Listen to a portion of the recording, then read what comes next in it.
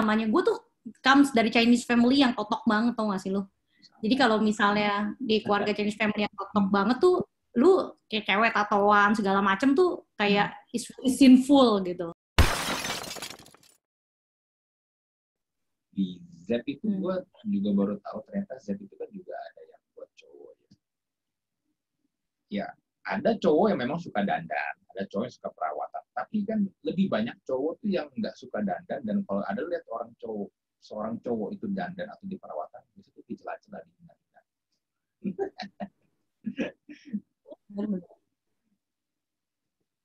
Terus Ya. apa? Gimana? Ya stereotype. Ya stereotype sih maksud gue. Kalau lu yang datang ke brand cowok kita gitu ya, cowoknya asli apa enggak ya, kita nggak punya wewenang buat nebak dia oke apa enggak, tapi literally ada juga cowok asli yang memang butuh sekarang gini buat gua, kata kecantikan sih yang sebenarnya salah. Makanya kalau misalnya sekarang brand Simenology ini, gue bilangnya tuh klinik ketampanan sebenarnya. Jadi gue bilang klinik ketampanan. Kenapa? Karena actually kita nawarin solusi buat contohnya nih ya, cowok nih paling masalah kita punya klien, cowok tuh rambutnya rontok. Kalau udah rontok, palanya pusing, stres dia. Hampir gitu. Semua cowok mengalami, hampir ya, semua. Ada aja yang masih rambutnya masih banyak. Yes, yang we are trying to educate adalah kita tuh bisa jadi solusi. Kayak lu merawat rambut tuh dari sekarang dong, gitu. Terus yang punya cowok tuh biasa masalah acne scar, yang kayak bopeng gitu. Nah, yang bopeng tuh juga gue kasih tahu tuh kayak, maksudnya kita kasih tahu kayak lu bisa, kalau acne scar lu nggak pede, ya lu bisa sembuhin, lu bisa trying to ngerawat muka lu untuk itu gitu. Jadi yang laku di kita treatmentnya malah treatment kebutuhan pria sebenarnya. Nah, tapi balik lagi kalau pria yang datang, yang mana gue juga kayak ya mana tahu ya. Tapi buat gue, setiap klien kita tuh berhak buat achieve their own target sih gitu. Jadi kalau misalnya mau datangnya yang maskulin, yang non maskulin gitu, yang feminin, as long as ya bentukannya cowok, ya kita masih layanin gitu. Cuma kita berusaha branding kita tuh kita taruh mungkin tuh cowok banget gitu. Karena pada dasarnya at the end, gue percaya semua orang akan butuh. Semua itu kadang-kadang cowok juga butuh perawatan. Even dia nggak mau, tapi pasti pernah kepikiran. Kalau ngelihat muka dia kayaknya maksudnya, aduh rambut gue rontok, atau misalnya muka gue begini, pasti kepikiran. Even though mereka mutusin, enggak lah, gue kan cowok, gue nggak mau datang gitu. Karena kalau cowok identiknya facial sih ya, padahal nggak keperluannya, nggak kebutuhannya nggak facial doang, Ri. Maka lu coba yang Menology, tapi kayaknya udah nggak ada harapan deh. Tapi lu ganteng kok gitu. Gue sih jujur lebih suka begini ya, karena satu nggak ribet ya. Iya. Gue nggak perlu pusing lagi sama rambut, tapi memang kalau untuk mempertahankan supaya palanya begini terus, mau nggak mau memang harus rajin-rajin shave sih. Ini 2 hari sekali gue shave kayak gini. Lu 2 hari sekali? Pernah ini nggak sih kayak bleeding or something? Ya pernah pasti kecil, karena gue pakai pisau kan. Aduh. Karena kalau udah tipis ini nggak bisa pakai yang apa sih, yang shave elektrik itu nggak bisa. Itu cuma mentok kayak cepak abri jadinya. Aduh, kaki gue lemes dengernya. Jadi gue harus pakai pisau. Ya, gue pakai pisaunya pisau ini. Gue kasih tahu ya rahasia. Gue tahu pisau cukur kan? Iya, gue kasih tahu nih rahasianya nih, pisaunya pisau apa? Pisau buat cukur alis. Jadi gue pakai di pala. Jadi nggak tajam-tajam amat, tapi lumayan. Kalau cukur alis kan itu lumayan, masih lebih nggak setajam pisau yang cukur yang benar pisau cukur kan. Kalau nggak tuh emang lebih bisa bleeding gimana. Aduh, tapi gue tuh nggak bisa. Gue tuh kalau ngebayang ngeliat kebeset-kebeset gitu, gue lemes banget gitu. Gue mendingan ngeliat tabrak banget dibanding ngeliat kebeset-kebeset. Awal-awal sih iya sih, lama-lama lu kalau lu udah biasa sih, udah expert. Lu udah expert. Soalnya gini, daripada gue ngeliat cowok-cowok nih ya yang rambutnya udah mulai menipis, tapi mereka masih berusaha mempertahankan rambutnya, masih denial, aduh, berharap supaya tiba-tiba ada keajaiban rambutnya tumbuh lagi. Ya, tapi kan pelan-pelan pasti mau pasti habis kan. Nah, itu udah bisa dilawan deh, apalagi kalau udah umur ya. Dan kadang-kadang gue suka lucu liatnya tuh, cowok sini udah hilang, tapi sini masih ada rambut. ya kan? Ini masih dipertahanin rambut sininya nih. Gue tuh sampai mana ya? Gue ngeliatnya tuh kayak ini tau gak sih, kayak onigiri tau gak sih, itu kayak rumput laut lagi bungkus nasi di kepala lu tau gak sih? Ya, buat apa ya kan, rambut terus gitu, ya udah mending dihabisin sekalian gitu. Karena gue banyak kan cowok-cowok sebenarnya yang keren dengan ya pelontos. Banyak kok. Ya menurut Ada. gue juga sweet on you, tapi menurut gue cowok-cowok yang botak tuh jauh lebih berani menurut gue. Karena kan dia berani kayak, berarti kan lu bakal konsisten with that style gitu. Itu menurut gue lebih PR ya daripada yang ada rambut ya. Ya cuman samanya kan orang-orang tetap mau stereotipnya, ya gue lebih happy kalau ada rambutnya gitu. Kadang-kadang mau memperjuangkan dulu sampai akhir sepasrah lu. Tapi ya untuk make decision sampai kayak begini nih, itu butuh Artinya. waktu, butuh keberanian dan butuh waktu juga sih. Gue sampai akhirnya, ya udahlah, ini saatnya gue cukur. Tapi lu pasti gini deh, lu pasti bakal sering kayak selananya ke bini lu kayak, apa gue botakin aja ya? Apa gue botakin aja gitu nggak sih? Iya. Berapa kali gue kayak gitu ya. Bini gue sih, ya coba botakin. Ya ini gini, coba aja. Cuman ya akhirnya, pending. Apa akhirnya bener, udahlah, cobalah. Dan lu tahu nggak, pas lagi pertama kali, kan kalau tukang cukur kan nggak mungkin langsung bertanggung jadi begini semua kan. Jadi tuh awal-awal tuh dia guntingin dulu, ya kan, karena rambut waktu itu kan modelnya masih model itu model undercut. Jadi sini gua memang udah sini gua memang tipis, tapi sini gua kan panjang kan sebenarnya kalau undercut. Tebel di sini doang. Ya udah, dicukur pelan-pelan. Sini dulu nih, gua ngeliat sini gua udah pelontos, sini gua masih ada rambut. Ketika terakhir gua ngeliat ada rambut di kepala gua.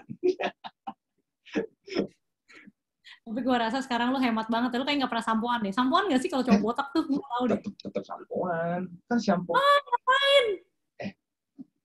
Kulit kepala itu, ketombe itu kan dari kulit kepala, bukan dari rambut kan. Tapi tetap aja gini, lu keluar karena debu, berkeringat, kita tetap harus dibersihin kan. Shampoo-nya nggak sebanyak ketika lagi pas ada rambut. Tapi Kalau nggak pakai shampoo mandi gitu? Enggak, pokoknya shampoo biasa aja, pokoknya udah shampoo aja udah. Nggak akan text time lama. Tapi ya tetap harus begitu sih. Ya kalau menurut gue memang daripada lu denial ya bertahun-tahun, ya udah mending pelontosin sih kalau menurut gue, ya udahlah. Tapi ya ini juga saran dari gue sih, kalau lu mau pelontos, misalnya ada cowok mau pelontos ini kan lucu kan sebenarnya kan. Pelontos kayak gini kan lucu, apalagi kalau baru pelontos, itu kan kulit kepala lu ini kan udah lama kan nggak kelihatan kan, ketutupan rambut kan. Nah, jadi itu gimana ya dibandingin sama kulit muka lu ini, jadi kelihatan tuh kayak lembek-lembek gak jelas gitu tuh. Awal-awal. Lu lagi kan biasa kan? Hah? Sekarang udah biasa. Nah, cuman untuk mengalihkan orang dari ini, ya gue suka ngakalin ya, kayak jenggot, kayak iya. kan lebih mengalihkan. Atau kadang ya kalau misalnya lagi ini ya pakai topi. Kalau misalnya ke cewek gitu ya, gue tuh kayak pengen megang gitu. Gimana sih rasanya megang orang botak? Ya megang kulit kepala lu sebenarnya sih ini. Iya kan, rambut nggak bisa gitu kan. Cuman gue kayak penasaran gitu. Tapi kan nggak mungkin ya, gue nggak sopan banget ya. Kan gue juga ada temen botak kan, masa gue bilang, misi gue pegang kepala lu. Nggak mungkin gitu. Ya, at least sih kalau lu gundul ya nih, kalau buat ini sekali lagi saran buat gue, at least ada sesuatu yang bisa mengalihkan dari kegundulan itu deh, supaya nggak terlalu ini banget gitu. Yeah. Kalau gue juga setelah ngakalinnya ya gue gedein badan, karena emang gue juga udah nge-gym kan, gue gedein badan. Iya, lu ntar lama-lama kayak Deddy Corbuzier.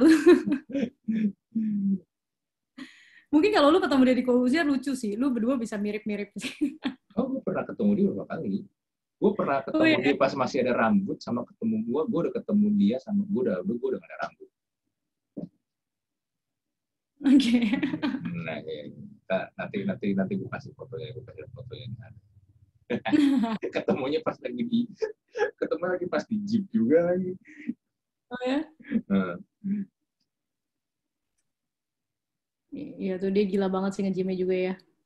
Ya tapi sekarang bisnis gym lagi susah, Udah banget. tutup lagi, nanti tanggal 14 tutup lagi. Ini aja gue sampai akhirnya nutup kartu kredit. Kalau enggak, mereka akan masih akan ngecas terus. Jelas sih. Ya gila sih pandemi ini mah. Aduh, stres lah. Cuman ya udah lalu kalau bisa lewat ya lu jadi pemenang gitu. Kalau lu nggak bisa lewat ya siap-siap nabung buat bikin bisnis baru lah. Oke nih, untuk penutup ya, karena kita udah mulai ngobrolnya udah kemana-mana. Untuk penutup nih. Iya nih, ntar lu harus potong banyak banget kayaknya. Tapi nggak apa-apa kalau emang ngobrolannya menarik. Kadang gini, gue di podcast kadang-kadang memang kalau memang udah mentok sampai sini, emang suka gue switch ke yang lain. Ke topik yang lain. Misalnya kayak tadi gue sempat tanya tato lo, bertato, emang tato nggak boleh. Ya, sebenarnya kan gue awalnya kan nanya lu tentang VP kan. Lu jadi VP di usia muda kan. Ya, nggak apa-apa. Karena memang di podcast itu ada teknik seperti itu untuk switch supaya udah tahu nih topiknya nih udah ini udah kering lah ya lu coba lagi yang lain. Makanya sebenarnya kalau podcaster yang baik itu yang bagus itu ya lu harus mempelajari dulu siapa yang di lawan bicara lu atau jadi guest lu sih. Bahkan even ketika misalnya kayak gini gue ketemu sama lu gini ya gue mau lihat lu lu ada tato kan, lu ada tato di tangan tuh. Banyak tato gue sebenarnya nggak kelihatan karena jadi udah nggak berani gue. Gue sebenarnya pengen tato, cuman ya belum kesampaian nanti sekarang. Ya mungkin mirip sama kayak gue mau gundulin rambut antara iya dan enggak. Karena kan tato kan, tato permanen kan lo akan bawa sampai mati kan, seumur hidup kan. Iya. Iya, gue masih belum ada ini. Gue pengen ada tato satu aja di tangan kanan satu sih. Belum ada keberanian. Iya, tapi keren kok. Kalau gue sih dari apa dulu tatoan juga ini aja out of kayak gue ada tempat tato, gue tato udah gitu doang, bener-bener kayak literally goblok banget awalnya ya. Tapi kan lagi kan? Satu, actually nagih tuh enggak, tapi kayak ya nagih tapi nggak kayak orang-orang bilang kayak lu mau satu badan tuh enggak lah ya gitu. Kayak lu ngerasa kayak oh ini nambah lucu juga ya gitu, kayak nambah boleh juga nih keren gitu-gitu ya, something kayak gitu sih. Terus kayak apa lu pertama kali lu tato yang akan lu inget terus adalah kayak suara jarumnya, you will never forget gitu. Dan itu ada di badan lu. Jadi ntar kalau lu disuntik kayak semua suntikan tuh nggak ada yang sakit sebenarnya sih. Pertanyaannya memang seberapa sakit sih? Wah, sakit sih. Sakit, tapi ya you can bear with it lah. Lebih sakit-sakit hati soalnya. Enggak lah.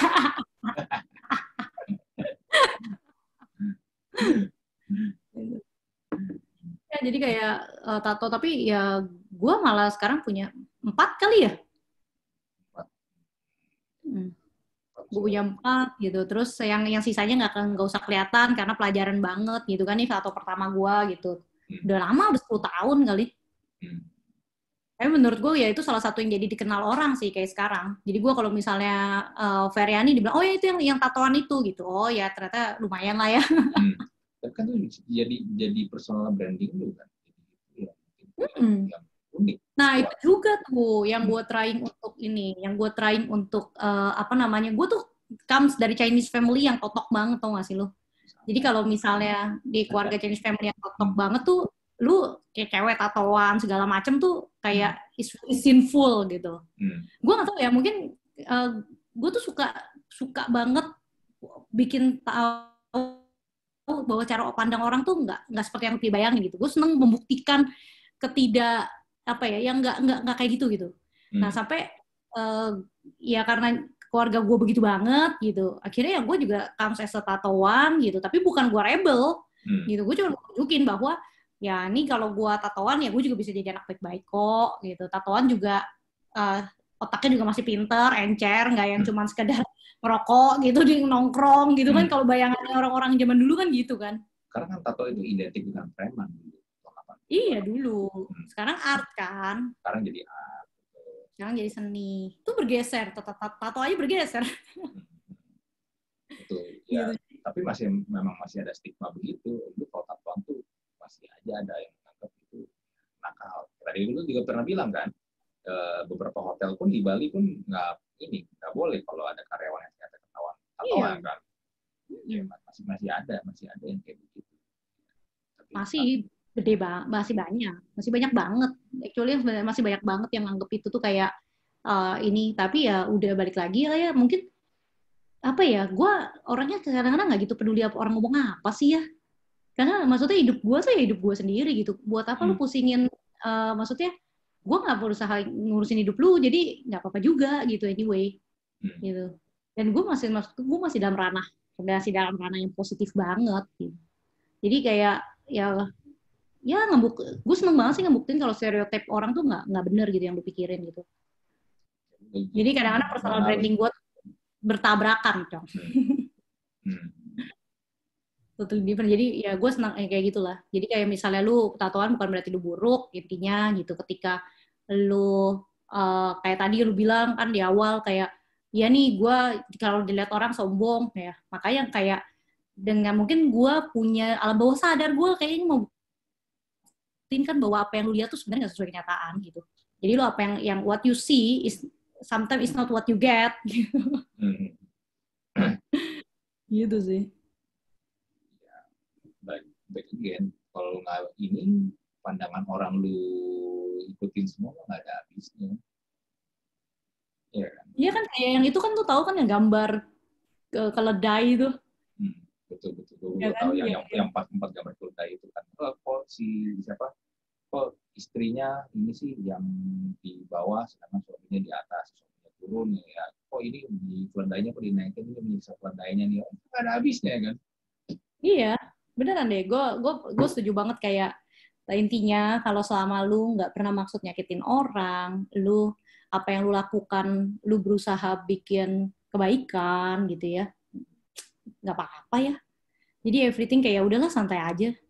Sure deh, kalau misalnya ceritain maksudnya about my past life gitu ya, aduh, gue tuh juga nggak mulai dari kayak begini kali. Gue pernah jadi SPG Carrefour, Dri. Gila gitu. Iya serius, gue mulai dari nggak bisa kuliah, terus kayak gue sampai ngutangin mantan gue, lu tau gak sih, kayak pinjem duit gitu buat bayar uang kuliah gue, tapi gue dalam hati tuh, makanya setiap orang tuh harus punya kemauan yang kayak tadi lu bilang, harus punya niat gitu loh. Jadi harus kayak lu bener-bener punya niat, kayak akhirnya gue bilang kayak oke, gue mau kuliah, gue kan yang balik lagi ya, keluarga gue kan yang very Chinese totok banget, dia bilang cewek ngapain kuliah, cari aja suami yang kaya. Gila, penting sih suami yang kaya. Tapi maksud gue kayak ya nggak gitu juga lah gitu, lu tuh harus stand in your own feet gitu. Jadi kayak abis itu kayak gue kuliah, gue sambil kerja sambil gue kerja, gue SPG-an di PRJ, gue inget banget tuh, gue jualan di Carrefour, kayak orang-orang kayak ngapain lu gitu, terus kayak ketemu pergi sama teman-teman gue di orang makan steak, gue minumnya cuma es teh manis. Ada momen gue di saat seperti itu, tapi kan itu yang nggak lihat. Iya bener, tapi kan itu yang nggak orang lihat kan.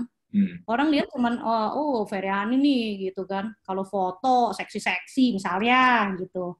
Terus ya gue ya udah gitu, lu nggak bisa ngejudge orang. Jadi gue juga nggak pernah ngejudge hidup orang lain gitu. Jadi memang udah benar-benar I started everything from below sampai bisa seperti ini, ya gue appreciate banget loh. Gue jadi menghargai setiap momen kemenangan atau misalnya momen potensi gue di diri gue gitu. Jadinya kan memang nggak salah kan, lu ya seperti apa ya, lu tuh menyenangkan diri lu dengan apa kerja keras lu yang lu udah bangun dari dulu, ya kan? Ya, lu sedang menservis diri lu sendiri nih sebenarnya. Iyalah. Ya, I think it's okay gitu. Ya kata lu bilang nggak ada habisnya lah kalau dengerin orang. Memang lu mau posting di Instagram pun juga nggak ada habisnya. Ada aja pasti yang nyinyir. Iya. Pasti banget, tapi ya udahlah, gue kayak ya udah, lu kan juga mau taruh itu di sosial media, lu udah harus terima lu bakal dinyinyirin, ya gue sih nggak apa-apa juga, gue don't mind. Cuman kalau seandainya nih gue tahu dan gue denger sendiri, gue berhak dong untuk negur gitu. Tapi kalau misalnya gue nggak denger, ya udah nggak apa gitu. Tapi misalnya kalau misalnya gue tahu nih ternyata yang ngomong Andri gitu, gue bakal tanya lu, Andri kenapa lu ngomong kayak gini, gue bakal nanya sih gitu. Gue bakal kayak gue nggak peduli, tapi gue akan, kalau gue tahu directly lu yang ngomong misalnya, gue pasti akan nanya gitu, kenapa gitu, ada masalah apa gitu. Karena orang juga perlu dikasih tahu sih, jadi kadang-kadang kan orang pikir kayak kan lu masa bodoh diomongin, ya udah gue omongin aja terus gitu. Ya kan, kadang-kadang kayak gitu juga menurut gue nggak benar juga. Yang benar adalah you need to stand point sih, dimana kayak lu tahu, ya udah. Gue kadang-kadang kalau tahu ya gue tanya gitu, kenapa lo ada masalah sama gue gitu. Jadi mungkin kadang-kadang kayak ekstra, wah dia orang ini banget ya, verbal banget ya. Tapi biasanya orang yang kalau lu balikin gitu, ketika lu samperin balik, dia jadinya sih. Ya malu. Ya, Ya malu. Maksud gue kayak, ya gue pernah lah pokoknya ada kejadian gitu ya. Gue tipikal orang yang sangat terbuka ya, tapi kalau lu mau terbuka sama gue juga don't mind gitu. Jadi gue I will say the truth what I feeling on you, tapi doesn't mean gue nyerang lu gitu, gue benci sama lu enggak. Setelah itu kayak sama rekan kerja lah, sama tim gue juga selalu ngasih tahu gitu, gue atasan yang belak-belakan gitu. I will say what I want to say. Kalau gue marah, gue bilang gue minta maaf, tapi dengan satu syarat adalah apa yang gue lakukan itu selalu ada ranahnya gitu. Gue nggak akan pernah bawa masalah profesional sampai ke personal gitu, karena gue akan membagi itu tuh di dunia kerja. Jadi gue kayak udah punya switching button, Ri. Menurut gue penting banget kayak untuk bagi profesional sama personal life itu penting banget. Jadi gue nggak mau gara-gara professional life, personal life gue ke ke pengaruh gitu, atau kebalikannya gitu. Gara-gara gue ada ribut nih, misalnya sama cowok gue atau gimana, terus gue kebawa sama kerjaan. Gue nggak mau gitu. Jadi gue bener-bener kayak, gue bisa dibilang gue separate those two of those thing lah. Gue bener-bener kayak bener-bener di situ banget sih. Gue nggak pernah mau nyampurin karena buat gue rugi banget. Gitu. Itu dulu awal-awal susah banget, tapi sekarang ya udah biasa aja. Jadi kalau gue marah sama tim gue, mereka tahu, oh ini cuma di kerjaan. Tapi ntar kalau misalnya nggak berapa lama dia nyapa lagi, gue nggak akan sakit hati gitu. Di personal life juga sama, gue nggak pernah bawa kerjaan gue. Gitu. Enak lagi kalau misalnya kayak, terus ada yang bilang ke gue kayak, berarti lu palsu dong. Ya, palsu to be professional, why not? Professional is a professional, you are being a professional gitu. Betul. Jadi kalau selama kerjaan beres nggak apa-apa. Justru menurut gue malah aneh kalau ketika lu mencampur adukan itu semua. Lu sebel sama dia karena kerjaan dia nggak beres, tapi akhirnya, atau mungkin karena lu dikritik kerjaan lu, tapi lu jadinya baper, lu bawa itu sampai personal. Ya, gue pernah ada kejadian lucu kayak begitu, soalnya sampai akhirnya gue di-block di sosial media sama dia, gara-gara gue kritik, gara-gara gue kritik, ini salah, kerjaan lu begini nggak bakal jalan, karena ya lu membangun bisnis, tapi lu mau create produk tapi nggak ada core value-nya, nggak jelas value-nya apa yang mau lu berikan ke calon customer lu. Dia kan seneng karena mungkin dia merasa gue menyerang pride dia atau bagaimana ya, gue nggak ngerti juga ya orang dengan dia bergelimang words. Tapi lu nggak ngomong itu di depan umum kan? Kagak, gue ngomong ke dia langsung. Maksud gue gini loh, at some point kan kadang kan kita butuh masukan kan. Even buat gue pribadi sama juga kayak lu bilang, ada orang yang mungkin lebih muda daripada gue, atau mungkin ada orang yang lebih junior daripada gue. Kalau memang dia kasih masukannya itu emang make sense, ya kan, bisa kita coba, why not gitu loh. Daripada kita mikirin mulu, kita yang coba berusaha semuanya kita take over, akhirnya kita di ujung-ujung jadi micromanaging dan akhirnya kita baper, kan ngapain? Iya. Tapi gue juga pernah, ya at the end gue juga kadang-kadang belajar sih, Tri, kayak, kan gue sering ikut training gitu-gitu kan. Kadang-kadang cara penyampaian yang harus dibenarkan. Tapi gue, I'm trying hard. Dalam arti adalah, gue berusaha gimana caranya untuk bisa nyampein dengan baik gitu ya. Tapi, ya serius, tapi something yang you need to know, like, lu yang harus, gini, kita yang harus punya pengertian banget ke orang tuh seperti apa sih, gitu. Kita nggak berharap, jangan gara-gara itu bos lu, terus lu berharap bos lu berubah gitu. Anyway, kalau kan that's why katanya banyak orang nggak cocok kerja gara-gara bos kan. Kalau gue pribadi sih adalah kalau lu memang nggak cocok ya mending lu nggak usah gitu. Tapi whatever is that, soalnya gini, kayak gue gitu ya, gara-gara gue juga pernah baper banget kan. Dalam arti baper gini, gue sering dikasih tau, oh iya Faye, lu orangnya terlalu belak-belakan, bla bla bla lah, lu terlalu straight to the point gitu. Akhirnya I trying to change the way I am gitu. Jadi gue berusaha untuk setiap mau ngapain gue mikir, setiap gue mau ngomong gue mikir, jadinya gue tidak bisa maju fulfill seperti diri gue padanya gitu. Dan jadinya malah sebenarnya gue punya di luar itu yang tadi straight to the point, gue punya kebaikan banyak banget, Dri. Tapi akhirnya gue ketutup gara-gara gue mikirin orang-orang harus, oh ya gue harus trying to be nice, gue harus lemah lembut gitu ya. Jadi gue jadi kayak kebawa, ngerti nggak lo? Jadi terus lama-lama gue mikir nih, ini nggak bener nih, this is not correct. Kalau misalnya gue punya 5 kebaikan cuma gara-gara 1 gue harus perbaikin diri dan gue fokus di sini, 4-nya gue nggak kepikiran lagi. 4-nya gue jadi lupain, ya kan? Akhirnya sekarang apa? Gue bilang, ya gue orangnya straight to the point, gue akhirnya ngasih tahu sih, gue kelemahannya di sini, please accept me, gitu. I will accept to you, gue akan accept lu juga, gitu. Tapi kalau lu mau, kita mau get along, ya kita harus sama-sama deal nih, gitu. Lu tahu kelebihan gue, tahu kekurangan gue, dan gue juga tahu kekurangan lu dan kelebihan lu. Jadi kita in front, kalau semua tim, gue udah kasih tahu duluan akhirnya, Ri. Gitu sih. Iya, kalau lu tahan-tahan terus, lu berusaha nice hanya untuk orang lain, capek. Capek banget. Iya kan? Ya, kalau tadi ngomong palsu, justru itu jadi yang lebih palsu kan? Iya. Iya kan? Jadi lebih palsu. Ya, makanya kayak itulah. Pokoknya intinya lu kalau misalnya di tempat kerja, gue cuma tahu satu kuncinya. Lu harus profesional dan being a professional. Kalau lu profesional, lu benar-benar harus profesional. Dalam arti adalah, ya lu benar-benar taruh kemampuan lu, energi lu ya buat perusahaan ini gitu. Buat majuin perusahaan ini. Ya lu jangan lagi kerja, lu main game. Lu lagi kerja, lu buka Instagram, ya, tapi lu bilang you wanna doing the best-nya. Kalau gue di luar jam kerja nih, gue udah jam 6 hari Jumat gitu ya, gue sampai bikin kayak Friday night, gue nggak mau diganggu gitu. Jadi semua tim, even my boss sudah tahu, oh kalau hari Jumat waktunya mainnya Feryani nih gitu. Jadi gue juga spend myself untuk punya corner sendiri. Kadang-kadang kan bilang kan, wah stres kerjaan gitu kan. Terus kalau gue nih kelihatan di luar, orang selalu bilang, gila Feryani itu kerjaan melulu, sibuk. Ya, karena gue memperlihatkan itu. For the truth, gue juga main-main juga. Kalau gue kerja sekeras itu, gue main sekeras itu.